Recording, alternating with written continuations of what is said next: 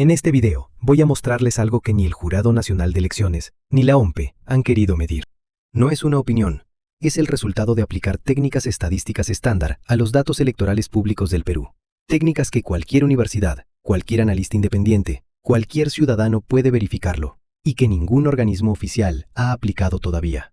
El nombre técnico es inferencia causal mediante modelado contrafactual. La pregunta que responde es simple. Si el retraso en la distribución del material electoral no hubiera ocurrido, ¿cuántos peruanos más habrían votado?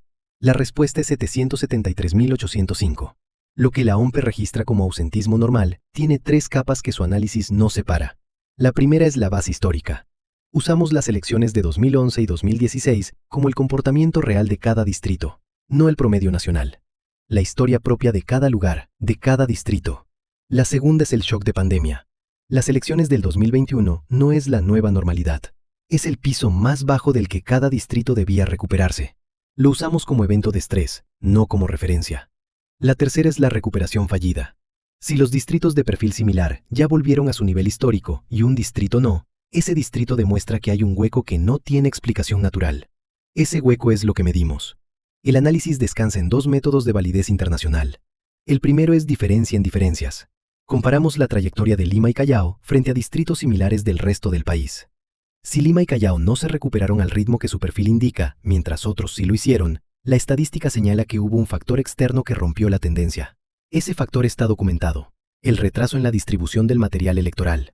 El segundo es control sintético mediante distritos espejo. No inventamos votos. Para cada distrito afectado, el modelo busca distritos de perfil socioeconómico similar que sí funcionaron con normalidad y proyecta ese comportamiento. Es la forma más honesta de responder. Así habrías votado si tu mesa hubiera abierto a tiempo. Este es el punto donde un análisis irresponsable se separa de uno riguroso. Y es también el punto donde nosotros tuvimos que corregir nuestra propia primera versión. Cuando aplicamos el modelo por primera vez a todos los distritos del país, sin distinción, algo llamó la atención. Distritos como Bambamarca en Cajamarca salían con brechas enormes, incluso mayores que distritos limeños. A primera vista parecía una señal fuerte, pero era exactamente lo contrario. Era una señal de que el modelo estaba midiendo mal. ¿Por qué? Porque en las zonas rurales del Perú, el ausentismo alto no es una anomalía. Es una característica estructural que viene de décadas. Distancia geográfica, falta de transporte, comunidades dispersas, días de trabajo en el campo que no se pueden pausar. Esos factores existían en 2011, en 2016 y existen hoy. No son el resultado de ningún retraso logístico del 12 de abril. Entonces el modelo estaba cometiendo un error grave: confundir persistencia histórica con afectación electoral. Y ese error, si no se corrige, produce dos problemas serios. El primero es técnico. Muchos distritos rurales pequeños con ausentismo históricamente alto empiezan a acumular votos afectados solo por estar encima de su línea base de 2011 y 2016. Pero esa línea base ya era alta porque así son esas zonas. No hay hueco nuevo, hay continuidad histórica. El segundo es político. Si no se eliminan las zonas rurales, la suma de miles de distritos pequeños termina distorsionando la señal real que viene de Lima. Las migajas rurales tapan el golpe metropolitano. La corrección fue incorporar dos filtros adicionales. El primero es el filtro de recuperación contextual. Para cada distrito calculamos cuánto se recuperaron sus vecinos similares desde 2021. Si toda la provincia, por ejemplo de Hualgayoc, muestra la misma recuperación lenta, eso no es un hueco local. Es una tendencia regional que el modelo reconoce y descarta. El segundo es la puerta urbana. Solo los distritos donde el ausentismo histórico era moderado y la recuperación post-pandemia quedó claramente por debajo de su espejo, pueden imputar votos afectados. El resultado de aplicar esa corrección fue inmediato. Bambamarca dejó de dominar el modelo. Las migajas rurales desaparecieron. Y Lima y Callao emergieron como la señal real, no porque el modelo los buscara, sino porque fueron los únicos que no tenían otra explicación. Esa corrección no fue conveniente, fue necesaria. Y es la razón por la que el resultado final es defendible frente a cualquier análisis técnico independiente. Pero para entenderlo, necesitamos primero entender por qué Lima es un caso estadísticamente distinto a todo el resto del país. Lima no es un distrito, es un ecosistema. Cuando hablamos de Lima metropolitana, no hablamos de una zona rural con ausentismo estructural. Hablamos de la ciudad con mayor densidad electoral del Perú, donde vive el 30% del padrón nacional, donde el votante urbano tiene acceso a transporte, información y movilidad, donde el ausentismo históricamente era moderado y relativamente estable. En 2011, Lima votaba al 80%, en 2016 al 78%. Esos números no son casualidad. Son el comportamiento documentado de una ciudad que históricamente se moviliza a las urnas. Entonces la pregunta correcta no es si Lima cayó en 2026. La pregunta es cuánto debió recuperarse y cuánto no lo hizo. Aquí está el error que cometen los análisis que usan promedios nacionales. Cuando mezclas Lima con Puno, con Loreto, con Huancavelica, con Amazonas, lo que obtienes es un promedio que no representa a nadie. Imagina que tienes 10 personas. 9 tienen fiebre de 39 grados. Una tiene 37,2. El promedio del grupo es 38,8. Esa persona con 37,2 parece normal dentro del grupo, pero comparada con su propia temperatura base de 36,5, tiene fiebre.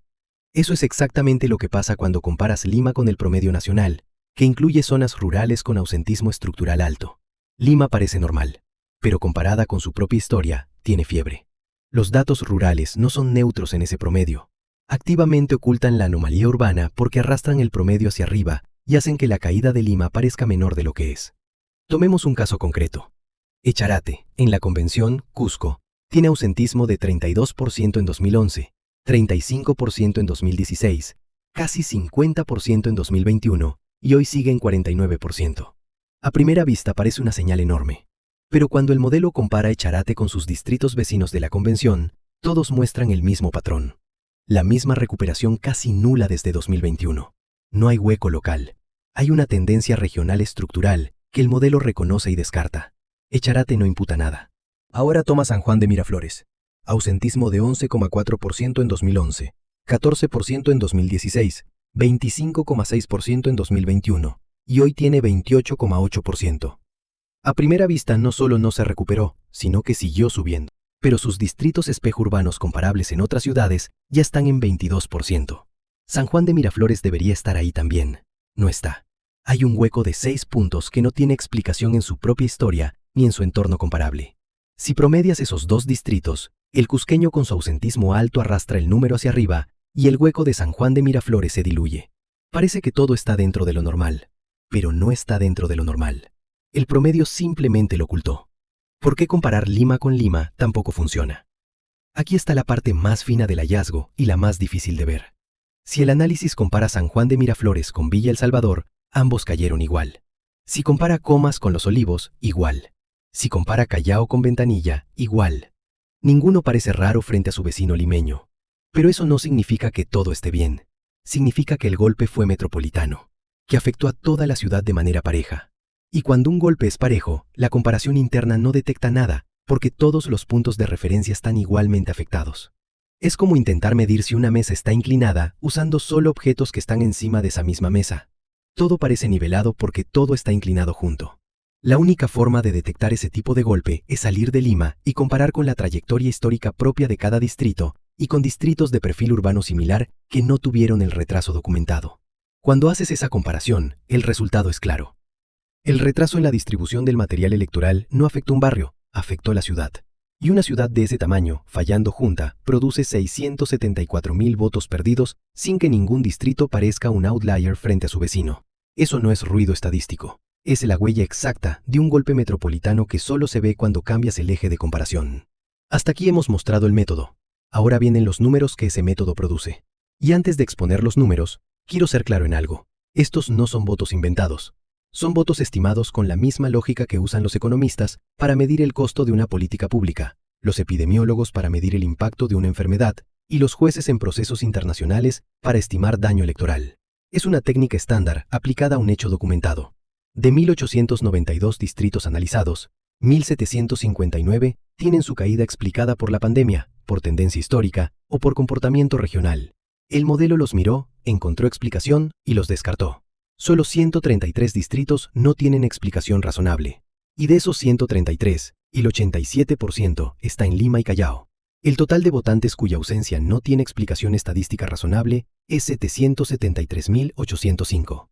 Si esos votantes hubieran participado, la participación nacional habría subido del 72,7% al 75,7%. 3 puntos porcentuales que en una elección presidencial de primera vuelta no son un detalle. Son la diferencia entre un resultado ajustado y un resultado real. ¿Cómo se distribuyen esos votos? El resultado estimado es este. Renovación Popular, 135,625. Fuerza Popular, 129,934. Partido del Buen Gobierno. 107.120. Tres cosas saltan a la vista. La primera es que la anomalía no favorece a un solo candidato. Los votos recuperados se distribuyen entre varios partidos porque Lima Urbana es diversa. La segunda es que Renovación Popular y Fuerza Popular encabezan el incremento recuperado porque son las fuerzas con mayor presencia en Lima Urbana. La tercera es la más reveladora. Juntos por el Perú cae al séptimo lugar de recuperado con solo 30.000 votos estimados sobre los 773.805 totales. Eso significa que la anomalía no los perjudicó, al contrario, los favoreció. Sin esta anomalía, el orden de la primera vuelta habría sido distinto. No podemos afirmar con exactitud cuál habría sido el resultado final, porque hay variables que ningún modelo puede capturar completamente. Pero sí podemos afirmar que los márgenes entre candidatos habrían sido diferentes y que esa diferencia tiene nombre, apellido y dirección. Lima y Callao, el 12 de abril, con el material electoral llegando tarde. El Jurado Nacional de Elecciones declaró inviables las elecciones complementarias. Lo aceptamos. Lo que no aceptamos es que la pregunta también sea inviable. ¿Por qué Lima y Callao concentran el 87% de la participación perdida? ¿Por qué esos 53 distritos no se recuperaron como su propia historia indica? ¿Por qué la anomalía aparece exactamente donde el material llegó tarde? Esas preguntas no tienen respuesta en ningún canal oficial. La metodología está abierta, los datos están disponibles, cada distrito es auditable. Cualquier universidad, cualquier analista independiente, cualquier ciudadano puede verificarlo. Porque la seguridad jurídica protege el proceso, pero no puede borrar los números. ompe.bunda.com. La OMPE cerró la puerta legal, los números siguen adentro.